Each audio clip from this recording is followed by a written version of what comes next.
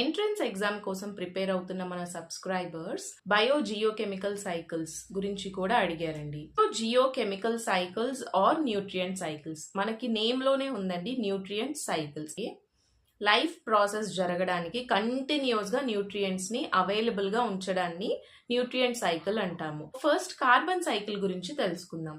Essential elements and components అనేవి ecosystem లో మనకి మూవ్ అవుతూ ఉంటాయి, అంటే సర్క్యులేట్ అవుతూ ఉంటాయి అన్నమాట. గ్రోత్ కి, సర్వైవల్ అండ్ రీప్రొడక్షన్ కోసం ఈ న్యూట్రియంట్ సైకిల్స్ యూజ్ అవుతాయండి. ఇవి కార్బన్ సైకిల్ అన్నది 2 టైప్స్ ఉంటాయి మనకి, gaseous and sedimentary. So gaseous వచ్చేసి మనకి అట్మాస్ఫియరిక్ గ్యాసెస్ ప్రెజెంట్ అయి ఉంటాయి, లైక్ కార్బన్, నైట్రోజన్ ఇట్లాగా. అండ్ సెడిమెంటరీ అంటే మనకి ఎర్త్ క్రస్ట్ లో ప్రెజెంట్ అయ్యి ఉన్న ఎలిమెంట్స్ ఉంటాయి కదా, సో వాటి ద్వారా ఈ బయోజియోకెమికల్ సైకిల్స్ అన్నవి జరుగుతూ. కార్బన్ అన్నది అట్మాస్ఫియర్ లో CO2 అండ్ మీథేన్ ఈ 2 ఫార్మ్స్ లో ప్రెజెంట్ అయి ఉంటదండి. 71% of carbon is dissolved in oceans. ఇక్కడ మనకి ఫస్ట్ స్టెప్ వచ్చేసి photosynthesis. Plants atmospheric inorganic carbon ని ఆర్గానిక్ కార్బన్ అంటే ఫుడ్ లాగా కన్వర్ట్ చేసుకుంటాయి in the presence of sunlight and oxygen ని రిలీజ్ చేస్తాయి. సో ఇది ఫోటోసింథసిస్ యొక్క ప్రాసెస్ అనమాట.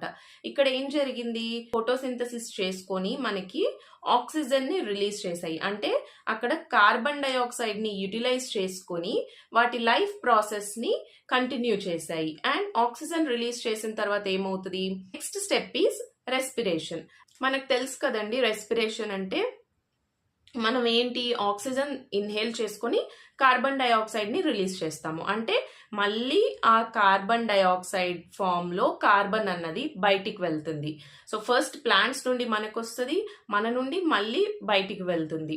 తర్వాత డీకంపోజిషన్. డీకంపోజిషన్ అంటే ఏంటి, ఏమన్నా డెడ్ అండ్ డీకే మ్యాటర్ ఉంటాయి కదా, సో వాటి మీద మైక్రో ఆర్గానిజమ్స్ వచ్చి ఫీడ్ అవుతూ ఉంటాయి అన్నమాట.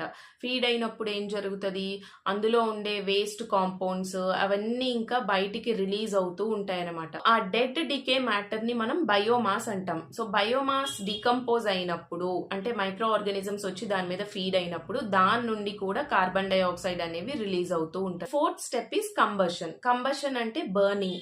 ఈ బయోమాస్ అన్నది బర్న్ చేసినప్పుడు మనకి కార్బన్ డైఆక్సైడ్ రిలీజ్ అవుతుంది. కంబషన్ జరిగినప్పుడు కూడా కార్బన్ డైఆక్సైడ్ మళ్ళీ అట్మాస్ఫియర్ లోకి రిలీజ్ అవుతుంది.